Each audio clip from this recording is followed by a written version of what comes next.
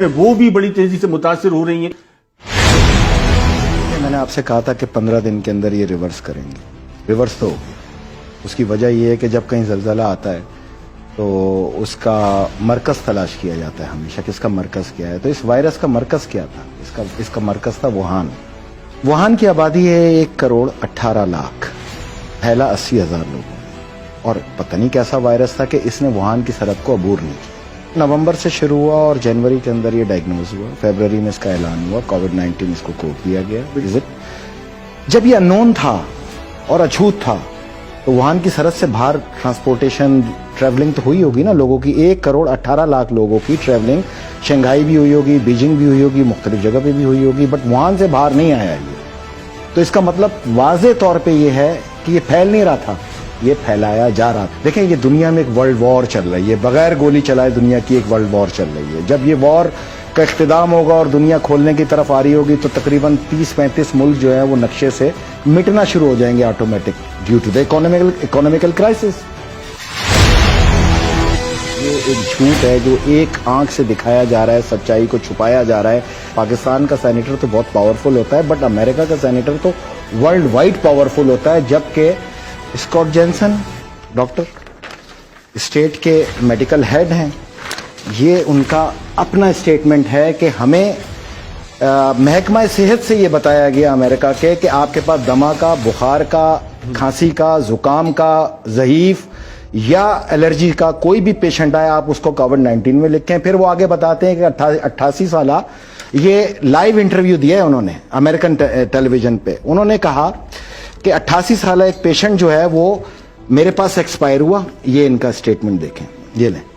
88 سالہ patient expire ہوا اور مجھ پہ یہ دباؤ آیا کہ اس کو آپ کووڈ-19 کے اندر کاؤنٹ کریں. میں یہ غیر اخلاقی اور غیر قانونی کام نہیں کر سکتا. امریکہ کے اندر پولن الرجی سے بھی جو متاثرہ پیشنٹ آ رہے ہیں ان کو کرونا کے اندر تشخیص کرنے کی ہدایت جاری کی. قیاس رائے تو پاکستان میں بھی جو ہے قیاس رائے نہیں ہے, یہ سینیٹر ہے بھائی, یہ آفیشیل اس کا اسٹیٹمنٹ ہے, یہ اس کی بہادری ہے, یہ امریکی معاشرے کی عکاس ہے. ہم یہاں پر بھی دیکھ رہے ہیں لسن ٹو می, امریکن معاشرہ جھوٹ سے پاک معاشرہ ہے. انہوں نے اس کی بنیاد اس چیز پہ رکھی ہے. امریکن معاشرہ انسان دوست معاشرہ ہے. امریکی حکومت جو ہے وہ کسائی ہے, وہ فرعون ہے, وہ یزید ہے. دو مختلف چیزیں ہیں وہاں پر.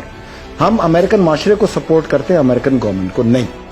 میں پاکستان کے میڈیا سے صرف اتنی بات پوچھ رہا ہوں, آپ 100 تقریریں دکھا رہے ہیں, 10,000 مر گئے, 8,000 مر گئے. کیا پاکستان کے میڈیا کو امریکن سینیٹر کے اس بیان کو کوڈ نہیں کرنا چاہیے؟ کیا وجہ کیا ہے؟ سچائی ہے. اگر یہی سچائی ہے تو کیا وجہ ہے کہ اپنے آپ کو یہ دکھانا کہ دیکھیں جی اگر میں نے نہیں پھیلایا, میرے یہاں بھی لوگ مر رہے ہیں, یہ دکھانا دنیا کا پریشر اب وہ نہیں سہ پائے گا. میں نے آپ سے کہا تھا کہ یہیں سے اس کی تباہی اور بربادی کا آغاز ہوگا, جہاں پہ دنیا کے کم و بیش 100 سے زائد ممالک اس کے خلاف بغاوت کا اعلان کریں گے. ایون کہ آنے والے دنوں میں آپ دیکھیں گے کہ تمام ممالک ہاتھ اٹھا لیں گے کہ ہم تمہارا قرض نہیں دیتے, تم نے یہ وائرس انجیکٹ کیا جس کی وجہ سے ہماری اکانومی تباہی, اور پاکستان کو اس میں سر فہرست ہونا چاہیے. یہ ایک ریسرچ انویسٹیگیشن کا اصول ہے کہ آپ کہتے ہیں ہو از دا بینیفیشری. بالکل, ایم آئی رائٹ؟ کسی بھی انویسٹیگیشن کی آغاز یہاں سے ہوتا ہے کہ اس کام کا بینیفٹ کون لے رہا ہے.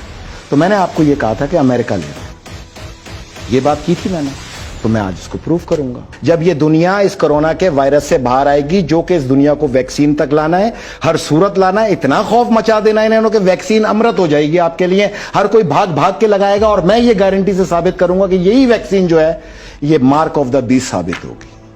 پاکستان میں میڈیا ایک آنکھ سے لوگوں کو پکچر دکھا رہا ہے, میں دوسری آنکھ کھولنے آیا ہوں. پاکستان کا تھا 154 روپے 5 پیسے, آج ہے 167. اوپن مارکیٹ ہے 168.50. اچھا 167 پہ آئے تو پاکستان کا روپیہ ڈیویلیو ہوا 8.44. تو یہ پوری دنیا نہیں ہے. یہ کس سے شرح کس سے ناپی جا رہی ہے؟ ڈالر سے.